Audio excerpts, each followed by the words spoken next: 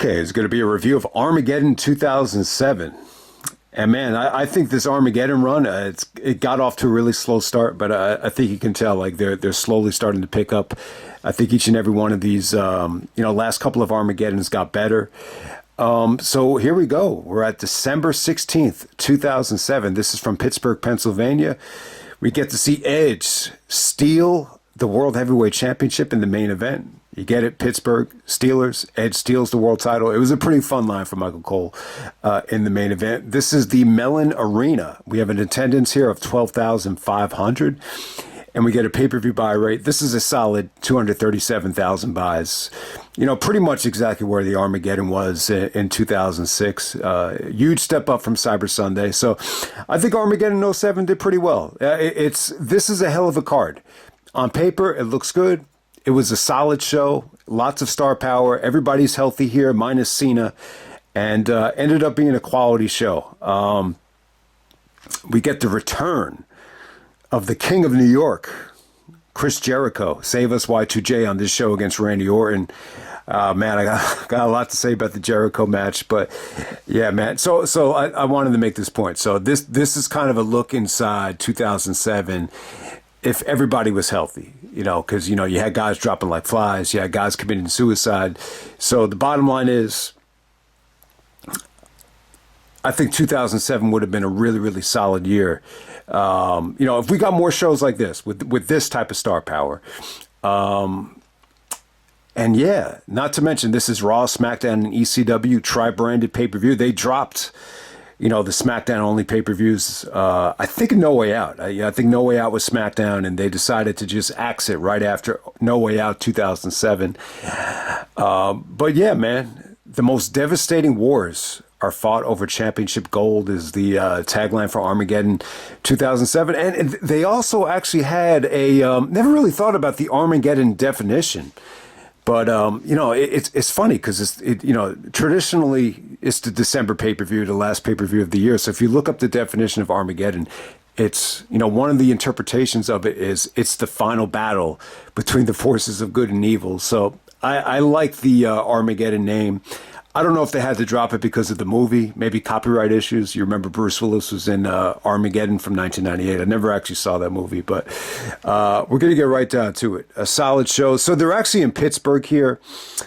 The funny thing is, Edge wins the world title. If anyone read Edge's book, he was actually like pissed that the first match he was going to have against Christian was going to be in Pittsburgh. He basically said like he knew the match was going to suck because the crowd wasn't going to care.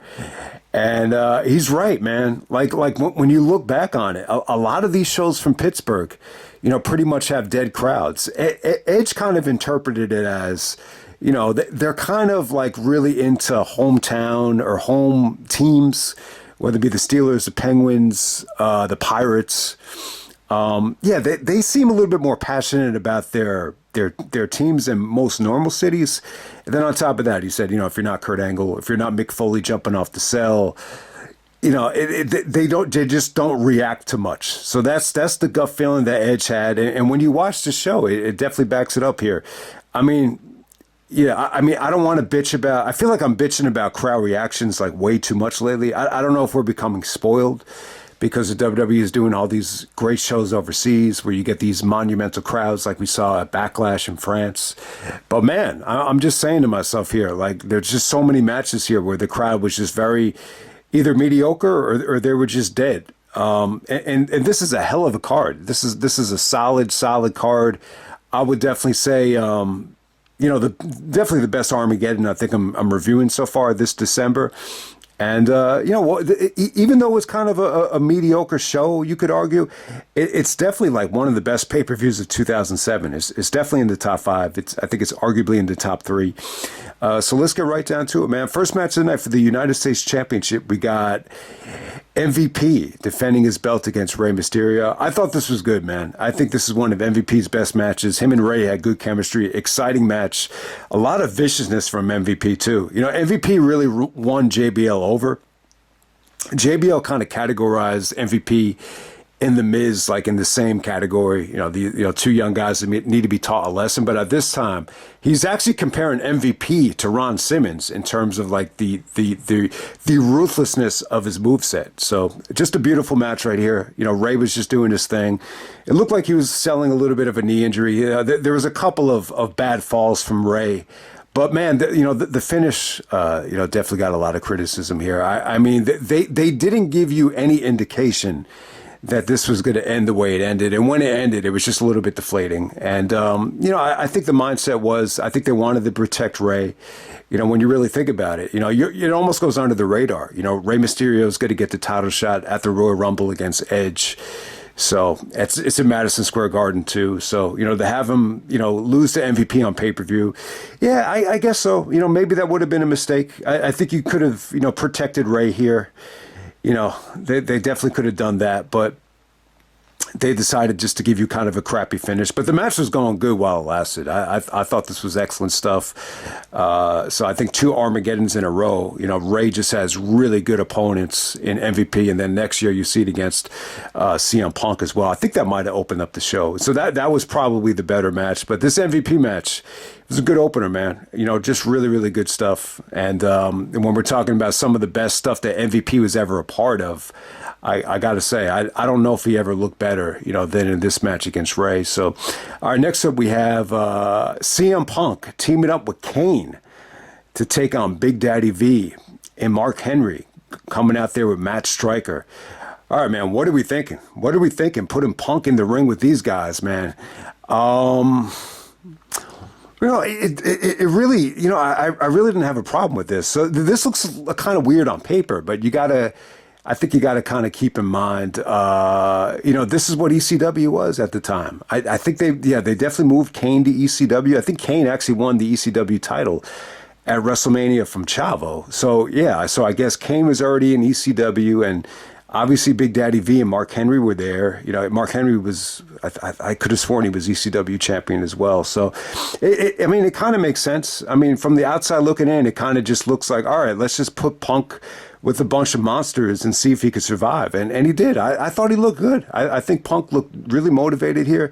He looked cooperative. He looked like a team player. Just him going to work on Mark Henry's legs with the kicks. It was pretty engaging stuff to start this match. I mean, it was a little bit sluggish. It was a little bit plodding and methodical. Once, Big Daddy V and Mark Henry started controlling the match. But, the hot tag to Kane was actually pretty engaging. Like, Kane came into this thing like kind of knowing that the match was going to suck. So, like, some of his punches just had, just extra oomph behind them. So that was pretty cool. And I like the finish, too. The finish was pretty damn cool, man. Punk actually goes for that vintage, like, springboard lariat. And Big Daddy V catches him and hits a Samoan drop. So I actually thought that was a pretty sweet finish, though. Punk really made Big Daddy V look good here. I didn't really mind this version of Mabel. I think I've said this before, but for whatever the reason, like, even though this is like like you see all the rolls and all the fat on Big Daddy V, it's probably like the coolest looking version of him, to be completely honest with you. All right, next up we got the showstopper, Shawn Michaels taking on Mr. Kennedy. In terms of the build-up here, they didn't really, refresh our memory with any of the build-up. The only thing that they talked about was, so I remember that Christmas, actually got it from the Ring of Honor site. Shawn Michaels came out with a DVD and a documentary, Heartbreak and Triumph, and Kennedy actually criticized the DVD, and it just said that the DVD shows that Shawn Michaels politicked and manipulated his way to the top of the WWE. And, Kennedy just wanted to, prove a point and make a name for himself off of Shawn. Yeah, I mean, when you think about it, it's kind of true. Like, if you look back at that DVD, Shawn told the story of knocking on Vince's door and just asking him, what do I have to do to be a main eventer? And then Vince just said, you already did it. So that's the only thing I could kind of remember from the build up here. But you got to remember here, man, Kennedy had a rough fall. When you go back to September of 2007, it was a rough month for a lot of guys on the roster. But, Kennedy made a couple of mistakes. He failed the wellness policy. He, man, I mean, what an awful month for Kennedy. Yeah, he failed the wellness policy. He was caught lying about steroids on an interview after the Benoit situation. And then maybe the biggest, strike of them all is he injured John Cena, heading into what would have been, maybe the match of the year at No Mercy, the Last Man Standing match, which would have been an incredible environment, like when you think about it. So, and they dropped the whole thing with Kennedy, being the illegitimate son of Vince McMahon. So I think when Kennedy was cleared up and after the suspensions were over, I think they put him against Michaels to be kind of like a test. I don't know, whatever the reason was. I think Vince went up to Shawn before this match and, just told him, like, really not be stiff with him, but, let's really put Kennedy to the test in terms of, maybe don't oversell for him in terms of bumping, but just try to make this, just try to make him work, in this match. And it was pretty damn good. It's different. So let me say this about the Shawn Michaels performance here. In terms of athleticism, in terms of Shawn, going out of his way and putting on the Mr. WrestleMania, marathon performance of spectacle and athleticism and bumps. Yeah, it's the total opposite of that. This really did feel like a run-of-the-mill, Shawn Michaels pay-per-view match, where it didn't really rely on the theatrics here. This was it really felt like when Shawn returned. I guess it was in October 2007 after being out the whole summer. It really feels like Shawn really made an effort to do a little bit of the little things, to make the matches interesting. You saw it against Randy where they took away the super kick. So, how Shawn really get to kind of overcome, not using the super kick. And here, this just used a lot of, just a lot of simple stuff. Like Kennedy, missing Shawn. Shawn actually takes Kennedy's, hand and just clocks it against the steel steps. Kennedy selling it like he has a broken hand.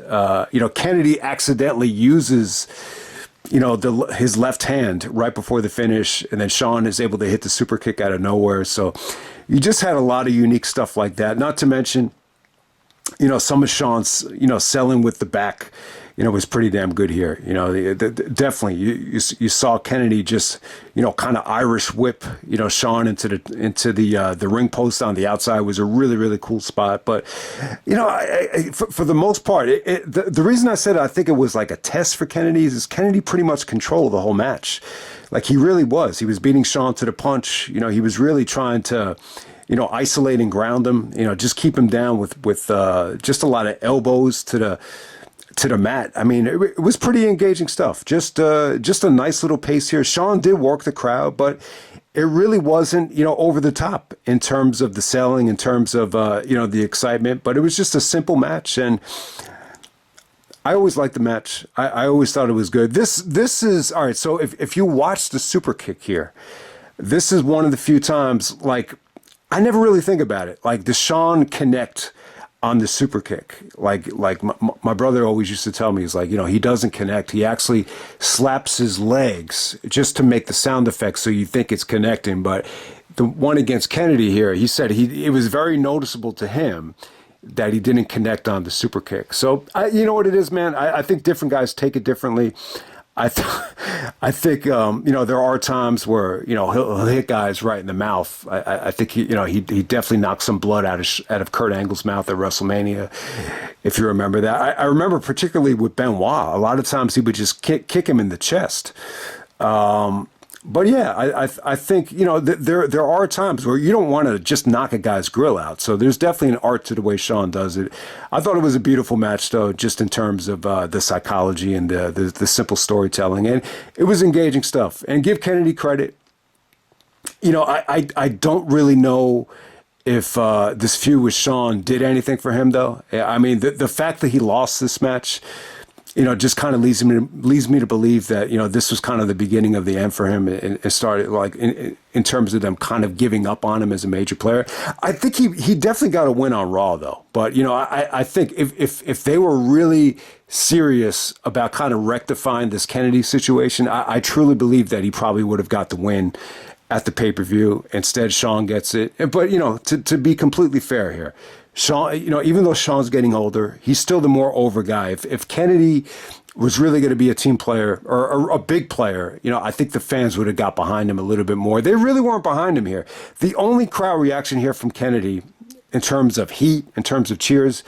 It was just, a couple of random fans just going like, Canada, Canada. It was kind of got annoying a little bit, but that's really it. It's not like the fans were really gravitating towards him, and it's not like he got any heat at all. So, but a solid match, though. A lot of people thought this was match of the night. I would actually disagree with that, but it's solid stuff. This was talking about the match a little bit too much here, but I actually found myself going back to this match a lot, in the beginning of 2008, because it was pretty engaging. I got to say, it definitely felt different, than the regular Shawn Michaels, pay-per-view performance. Next up, we got Jeff Hardy taking on Triple H. This is to determine the number one contender for the WWE Championship at the Royal Rumble.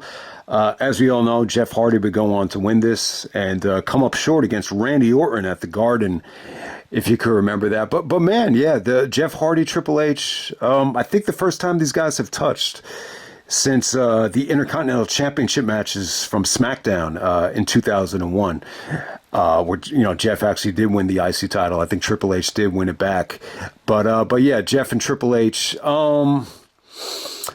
All right, so a couple things I want to say about this. Nowhere near as good as No Mercy 2008. No Mercy 2008 was a lot better than this. I think a lot of people just had a little bit more of a thirst to see Hardy win the championship. You remember the championship was on the line there, so I definitely think that helped. But yeah, the crowd was kind of, like I said, guys, I thought the crowd was kind of weak, for this whole show. I don't know if it's a Pittsburgh thing, or I don't know if, maybe the fans just didn't really care about a lot of the card, or maybe it's just because with this match in particular, maybe they just didn't know who to cheer for. You saw a lot of the, I've said it time and time again, Triple H always had a lot of support from, the older male demographic. So you heard a lot of, males chanting Triple H. But yeah, I think a lot of the fans just didn't expect Jeff, to win this match, and still Triple H is still a babyface, so maybe they were just, a little bit indecisive about who to cheer for. So it definitely didn't have the crowd that the No Mercy 2008 match, or even that Scramble match, where the crowd is just going apeshit for Jeff Hardy. I thought this would be better. I'm a little bit disappointed in the rewatch of this, because this was True Slayer's match of the night. This is the only match he gave 4 stars from his 2007 Armageddon review, but yeah, I thought it was good, though. I think Jeff and Triple H have good chemistry. I think Triple H is really good at, selling for Jeff. And the most important thing here is this. When you see the way Jeff cut his promo before the match, and then you see the kind of effort that he got against Triple H here and against Triple H this whole run, this 2007-2008 run, ultimately he will win the title at the very next Armageddon, which, I can't wait to talk about that show, because I feel like I know it's a good show. I just don't remember it that well. And I know a lot of guys love that show. So, but yeah, you could just tell, this is an example of someone being heavily motivated and at the same time being a little bit fearful of his opponent in Triple H, because Triple H could be intimidating, and I know it as well. Like even watching that Christmas Eve edition of Raw, that was right before Triple H came back, and you could just tell when he came back, it was a presence within the locker room. Like everybody had to step up their game, even though Triple H wasn't great in the ring. When he came back from the quad injury, still he still had a huge presence about him, and I think it definitely brought the best out of Jeff here. So I think the match was good. It was fluid, it was fast paced. Jeff is doing Whisper in the Wind, Swantons, just everything, and ultimately he's able to counter the pedigree into a jackknife pin, and Triple H gets beat. He actually smiles about it, and it's almost like Jeff got one over on him. So Triple H kind of laughs it off. Meltzer interpreted this as, Triple H kind of laughing at the smart marks as if he would never do a job. Yeah, I think that's looking too much into it. I just, this is an example of Triple H being the more decorated guy, and he just a little bit embarrassed, a little bit, dumbfounded, that Jeff got one over on him. Hey, listen. I don't know how you want to interpret the laughing and the smiling. I wouldn't look too deep into it, but give Triple H credit. You know, he put over Jeff. And this is when that whole video game shit came out about how they didn't want Triple H, you know, taking any bumps on the video game. And look, he still went out there and put over, you know, Jeff Hardy. So, you know, it's most important part about this match in terms of what I found was the most engaging and the most important. You know, there's a moment in the match here where Triple H gets pissed. He goes up to Jeff and he's like, "Fight me, come on, fight me." And Jeff looks a little like, yeah, he looks a little bit scared. He looks a little bit intimidated. But no, I thought they had a good match here. I think that's what's really interesting about this card. I think you could definitely argue match of the night like 4 or 5 different ways. So yeah, I think, you know, Jeff and Triple H. If you like their matches, you won't find this disappointing. This is just a nice little taste of what they can do, and I just feel like the No Mercy 2008 match with the championship on the line, that was this combination just being fully explored. I just feel like this is kind of like a nice appetizer, you know, for that. All right, next up we actually have Finlay taking on the Great Khali. You know, the reason why this gets so much shit. Yeah. I forgot about that line. No Khali equals great TV. Someone had that sign at Armageddon 2006. That might be the sign of the year for the WWE. You know, the problem with this was, and when people saw this match, they're like, "Oh, Cena got a better match out of Khali than Finlay." So you got to remember, I think that Judgment Day match, and trust me, I hated that Judgment Day match with Cena, but still, like the crowd was really good in that match, though. Like Cena was able to, the way it was structured, you know, it was a little bit more, you know, favorable towards, you know, getting Cena over. So I can't really say that, oh, you know, just because Finlay, you know, didn't have a great match with the Great Khali means that Cena's a better worker than Finlay. People were kind of dissecting that a little bit too much here. The problem is Khali just controlled the bulk of this match, and it was just very boring, you know, very forgettable.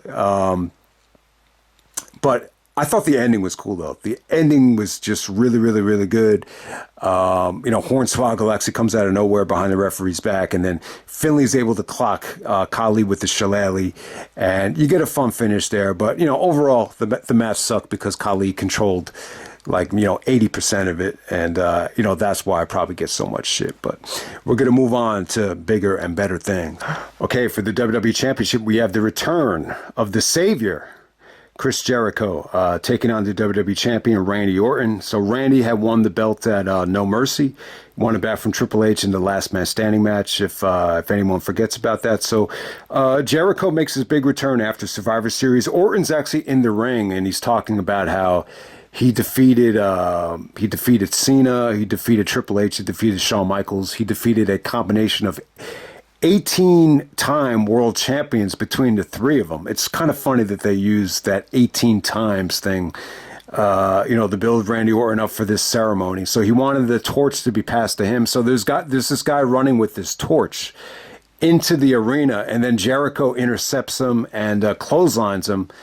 And then we get Jericho teasing that he's going to come out. So we get the code is finally cracked.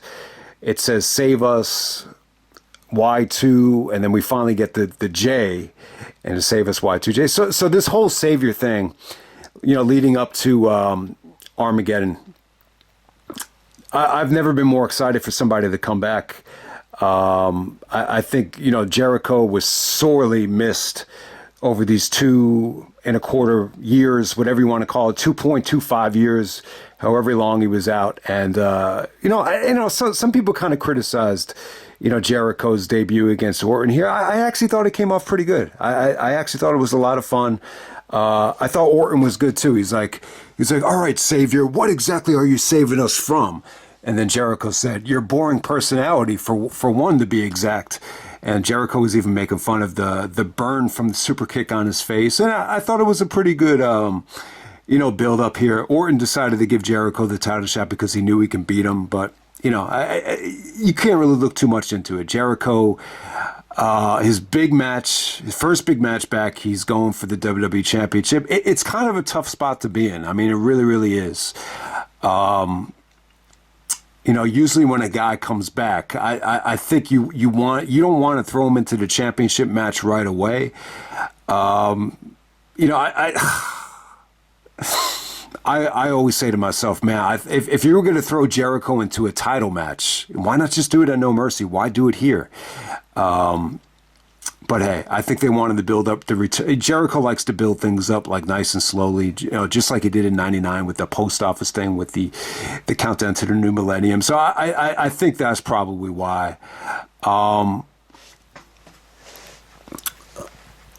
But hey, man, we're off to the races. We got Randy and Jericho at Armageddon. I got to say this about the match. I think it's really, really good. All right, sometimes these sex analogies and porn analogies work really well for wrestling. I don't know why. I don't mean to disgust anybody, but this is the equivalent of just having like amazing chemistry and amazing sex with somebody, and then all of a sudden, somebody walks into the room, somebody pulls the fire alarm, and it just ruins what would have been an awesome, session of sex or whatever you want to call it. That's the analogy I would use for this, because this was going so well, man. I mean, it was going really, really well. Let me say this about Jericho, man. Him being away from the W. So this is an example of someone taking time off and getting stronger. A lot of times, like when guys take time off, especially Cena, Batista, especially coming off of an injury, they'll get rusty. That wasn't the case here with Jericho. This is just him, taking the time off to heal whatever, internal injuries he had. Him kind of rekindling and rediscovering his passion for the business, whether it be through, watching WWE, TNA, Ring of Honor, just incorporating, different moves into his moveset. And it's funny, he ordered the Ring of Honor pay-per-view Driven. And he talked about how he was blown away by the Bryan Danielson Nigel McGuinness main event, but Marufuji, the Japanese wrestler, had a match on that show, and you notice Jericho took a lot of moves from Marufuji, whether that clothesline where he kind of ricochets off the rope and clotheslines Orton, he did that move. And then he also did he started using the Codebreaker. Marufuji did a variation of the Codebreaker as well. He didn't hit it the way Jericho exactly hits it, but, when you combine that with Jericho, really getting himself in good shape, he looked healthy. He looked healthy. He looked better looking. He just looked fresh. I mean, this is really one of the only times where people started complimenting Jericho on his looks. I remember he was doing, interviews at radio shows, and people were comparing him to Bon Jovi and telling them how good he looked and everything. He just really lost weight, and it looked clean cut and just looked, very passionate. And I mean, some of the things that we criticize Jericho today for, the lack of conditioning and whatever the case may be, they were non-existent, I would say, in this match. At this time, from Randy's standpoint, this really is the first time where he's getting an actual run of carrying the belt for months. So I think he was definitely motivated. I always thought him and Jericho had underrated chemistry.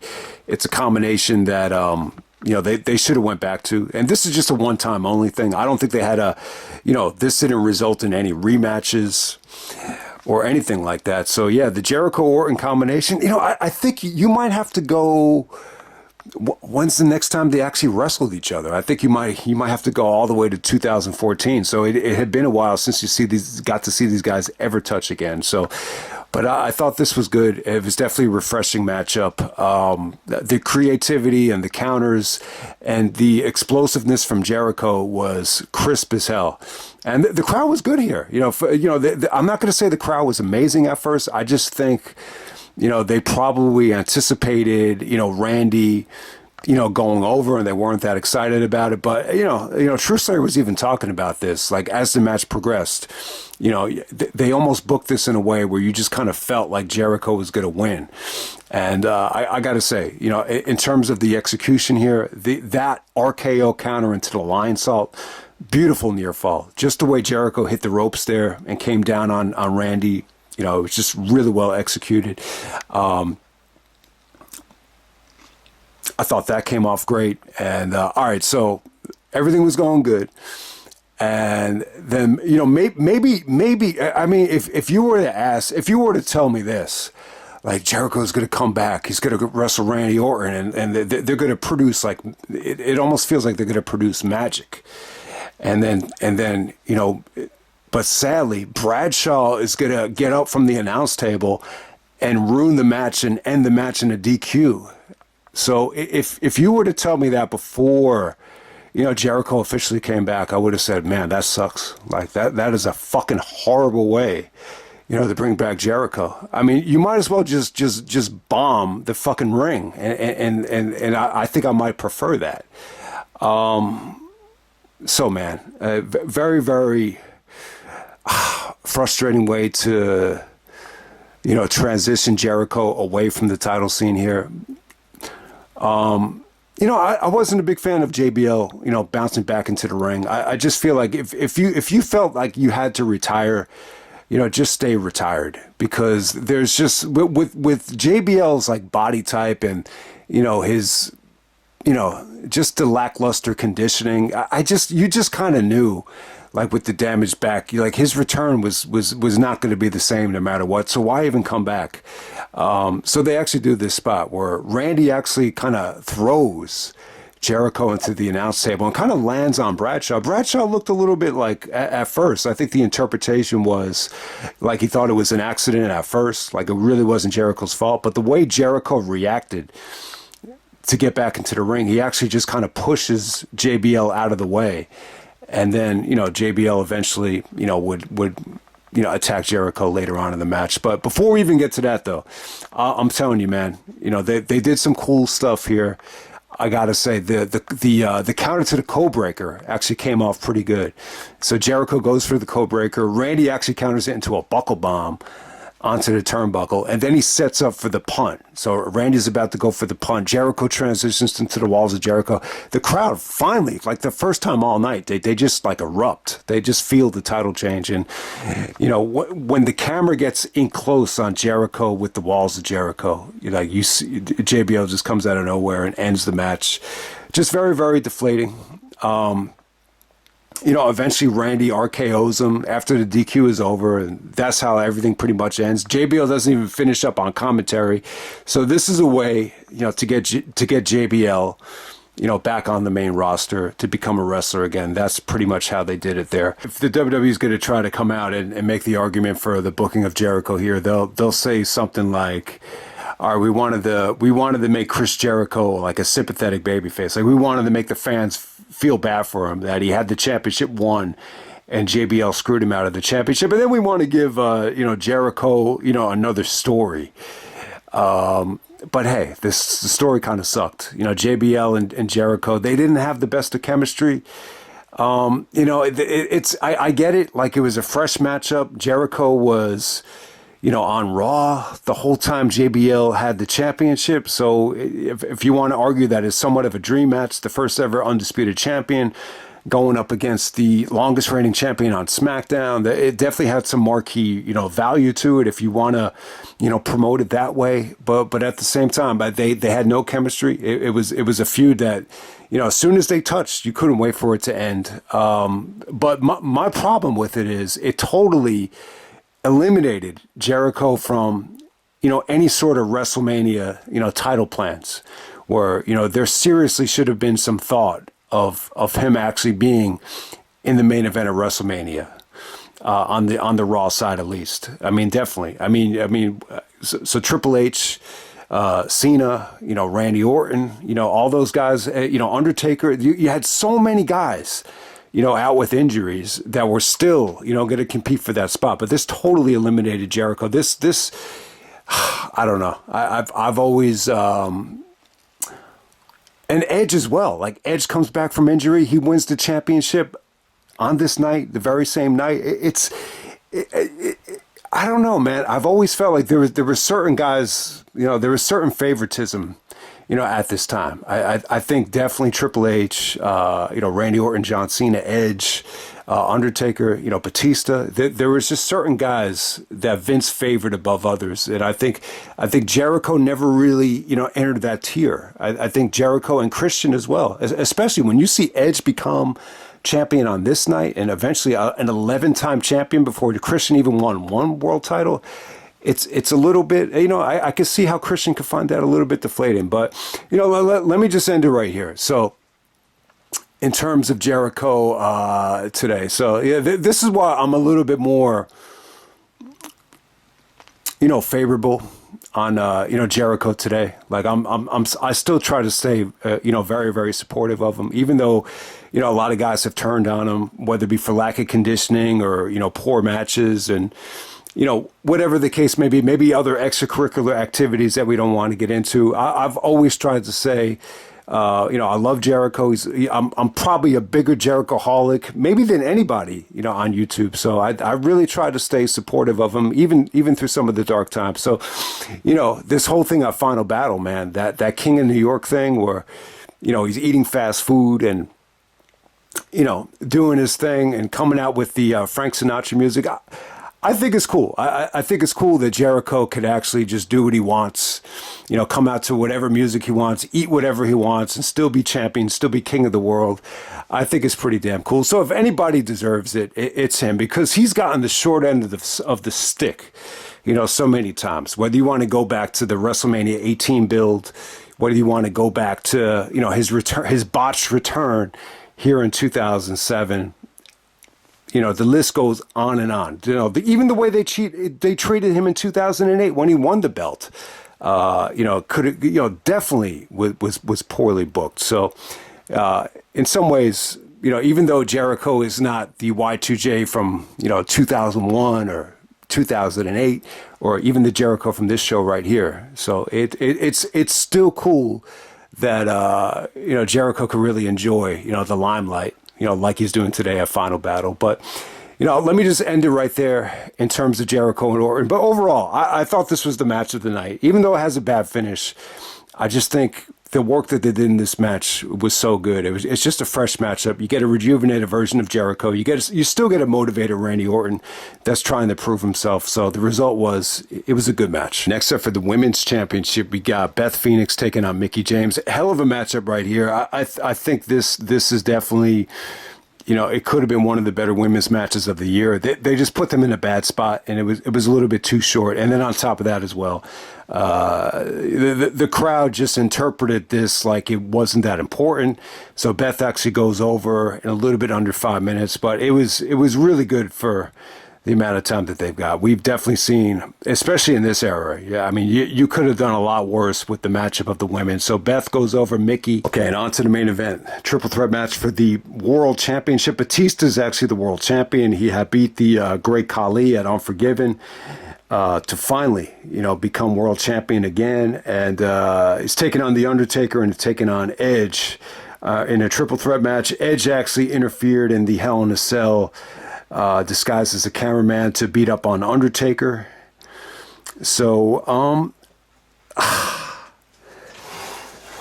so with this triple threat right here, let me just give some quick thoughts on it. I think, it's really this triple threat. It's really all about the story. This is all about just getting the championship on Edge, just kind of booking him like a chicken shit heel, just kind of, booking him very much so like an ultimate opportunist, just doing something out of the box to try to win the championship in a cowardly heel way. I'm not crazy about the overall wrestling. I definitely think he had some good stuff from Batista. You had a lot of good interceptions from him, whether it be the spears or the clotheslines to any of Undertaker's signature spots, whether it be the last ride or that vintage leg drop on the ring apron. You definitely had some good stuff. I think Batista looked good here. Overall, I think the booking definitely had some good creativity to it, but at the same time, like in terms of a triple threat scenario, this over delivering, this going into finisher overkill mode with excitement and unpredictability, totally nowhere near like a Vengeance 2002 layout of just guys trying to over deliver in a triple threat scenario. But I think the reason it went on last is you got to get a new champion, you got to get a decisive finish, and plus you got 3 stars as opposed to 2. Even though it's a SmackDown main event, it's still a pretty, sexy match in terms of star power. So, But hey, I think the important thing is it really did a good job of building up Edge and Undertaker. It really felt like, it was a creative way to get the title on Edge, without them, giving away too much between Edge and Taker. And, the way this match ended, it's almost like Undertaker got screwed. Edge got one up over on him. So in terms of, going into this match with the video package and the storyline, so this is one of them. Very similar to Armageddon 2004, where the whole storyline revolved around JBL. So this is weird because Edge is the challenger, and the whole story revolves around Edge and Vicky. The whole thing with, Edge interfering in the Hell in a Cell, and then Vicky actually is going to give Edge a title shot. Then Teddy, it seems like they had two general managers at the time. So Teddy actually comes out, Teddy Long comes out and makes it a triple threat match. So Edge is upset about the triple threat scenario, but, you remember this match for just, the chicken shit shenanigans from Edge. The thing that I like the most about this match, believe it or not, it's not the Ryder and Hawkins stuff. I didn't really, I know some people thought it was creative. So it was the start of that, which is huge for Edge and Zack Ryder, obviously. But the ring bell spot was funny, man. So Taker actually busts out the Hell's Gate. And, Meltzer was very critical of the, the Hell's Gate, the triangle choke not getting a reaction. I think at this time they hadn't built it up enough. And if you notice, during the feud with Edge, they actually went to the depths of hell trying to get this thing over. Even Edge started bleeding from the mouth, and that's what really got it over. But at this time, the fans really weren't reacting to. Once again, kind of a piss poor crowd reaction considering the star power here. But Edge actually rings the bell by himself just to cause confusion, and then Edge actually gets into the ring and he's able to spear Taker after Taker's being confused, and then Ryder and Hawkins actually come out underneath the ring after Edge is actually hiding underneath the ring. It was kind of weird here, man, because they put Taz with Cole after JBL walked out of the show. So I think this was tough to call. I think Cole had a tough time really selling exactly what was going on here. I mean, we've seen different variations of this with, Doink the Clown. People have brought that up, and obviously Kurt Angle did it with his brother. But, very similar to that, Edge, brings out Ryder and Hawkins, Matt Cardona and Kurt Hawkins, whatever you want to call them, and they look very similar to Edge with the long hair and the ring attire. So it definitely worked. So Taker's able to choke slam them, and he doesn't really realize it's Edge. And they do a really, really, really cool. I got to say this: the ending came off great, though. The ending came off great. Edge is able to take advantage of the tombstone. So Batista actually gets laid out with the tombstone. And then he comes from behind and just clocks Taker with the chair. And then he's able to pin Batista and steal the victory, kind of like the ultimate opportunist, steals it again. Edge is a Pittsburgh Steeler. In Pittsburgh, he steals the championship. But man, how many championship victories did we see Edge win where he just wins it in such a, cowardly way? I want to say, man, what is the one Edge championship victory out of the 11 where he actually won it like a man, like Bryan Danielson would say? I'm not really sure. You might have to go with maybe one of those Jeff Hardy matches, but maybe each and every one of them.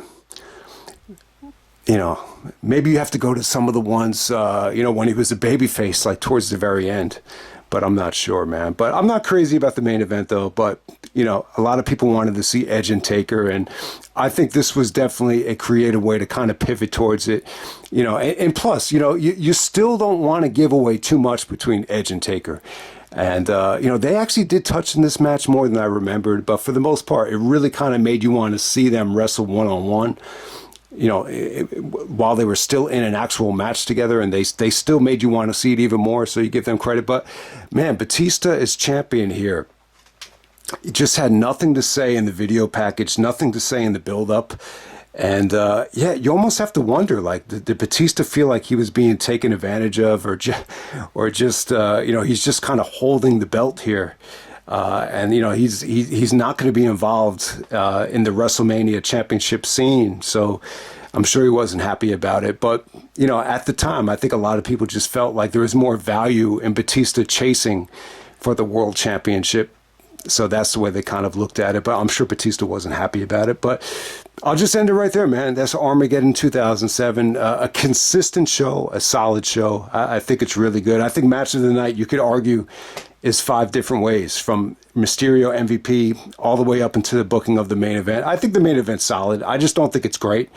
You know, I think everything here is at least 3.5. You know, the big 5 matches are at least 3.5. But my personal match tonight is Jericho and Orton. I thought Jericho looked unbelievable. You know, wish it could have turned out better for him. But, you know, there's just no way they were going to put the belt on Jericho in his first match back. That would have been too good to be true. But still, I felt like they kind of took it away from him a little bit too soon in terms of his WrestleMania, you know, potential main event plans. Like he was not even in the Royal Rumble, which, you know, definitely pissed me off to the maximum degree. But man, let me just end it right there before we get too overwhelmed. So that's Armageddon 2007, and I'm out.